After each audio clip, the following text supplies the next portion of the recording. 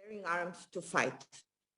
Today is day 41 of the war, and I am just back from a small town on the outskirts of the Kyiv city.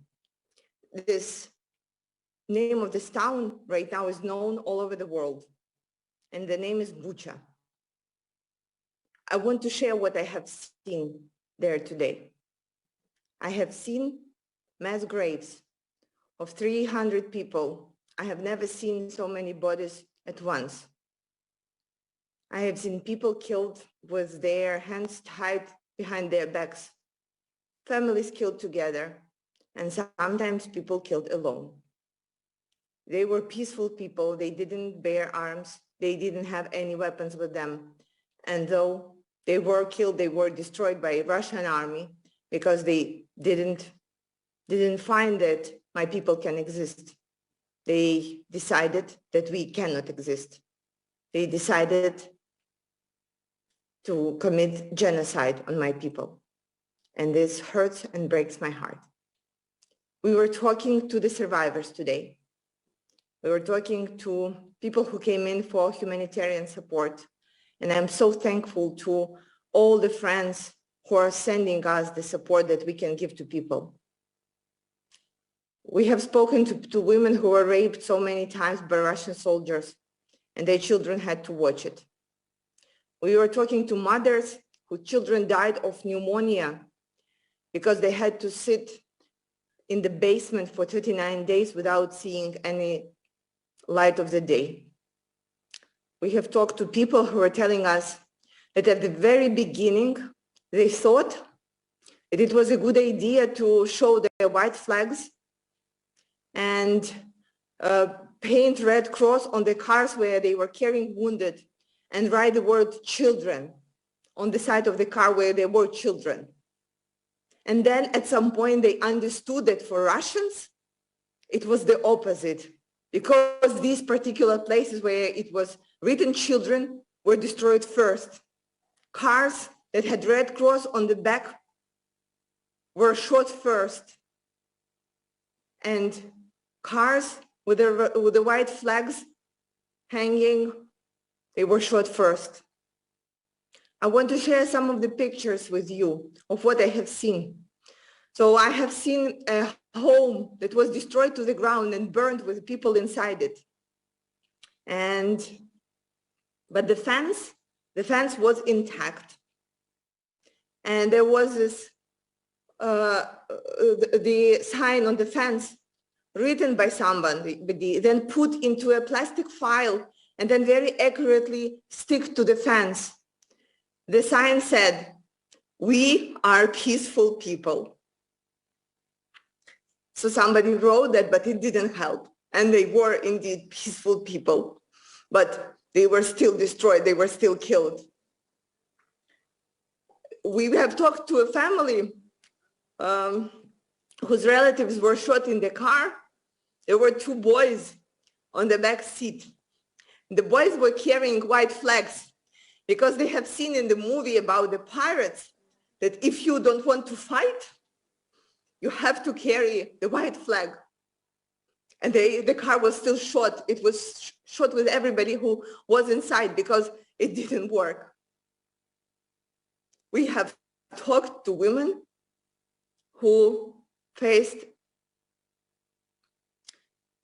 the pain of being raped and sexually assaulted, and who will need to stand up and tell the world what happened to them. Because my decision to go to this terrible place, to take this darkness inside me, was made because at some point, I want every war criminal to be prosecuted.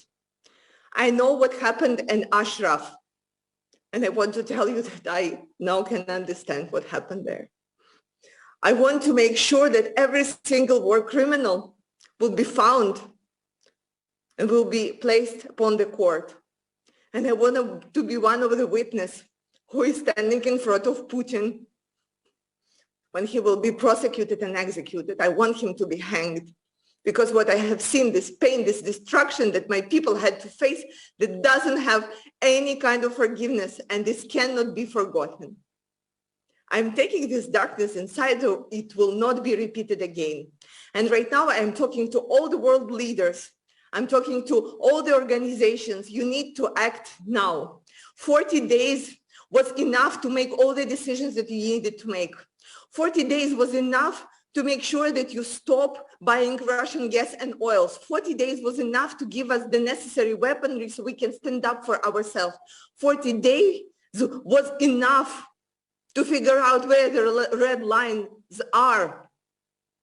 I can tell you where they are. They are there in small town at the outskirts of the city, which is called Bucha. And right now, while we are talking, there are so many places in my country where people are still suffering, where people are still sitting in the basement, their children dying, women are being raped, and people are being killed with their hands tied behind their backs. And I want this to be stopped. And I can be as armed as possible. And our army can be so brave. But if we don't get enough weapons, we will never be able to win this war. And we want to win this war to stop the horrified things that we have seen. So I would like to thank you for all your support. I would like to share the pain that your nation is also going through. And I want to make sure that at some point the organizations that were created to stop the wars, to make sure that the wars like this one will not exist in the earth, that they wouldn't happen. Thank you, and glory to Ukraine.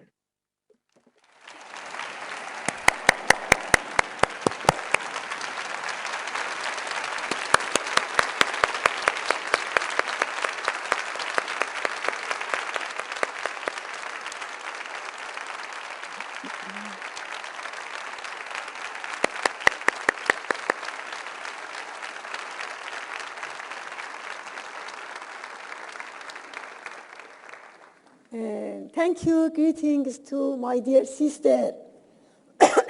Your words shook our hearts. Our deepest condolences to the people of Bucha and the people of Ukraine. The catastrophe has shocked the world and awakened people. It again showed that the people of Ukraine are paying the price of their freedom and independence to the maximum extent. These horrific scenes bring to mind the massacre of political prisoners in 1988, the summary of execution of PMOI members in Camp Ashraf, Iraq in 2013, with their hands tied behind their backs, and the mass killing of 1,500 innocent protesters in November 2019, the perseverance and resistance of the people of Ukraine heralds their victory. These days, you and Ukrainian people have aroused, awakened the values of resistance and paying the price for the liberty and independence wholeheartedly and spreading these values all over the world. And I salute you and the important message of you, that is resistance and resisting with all its prices and sequences. And once again, thank you very much. God bless you. Thank you for all your help and support.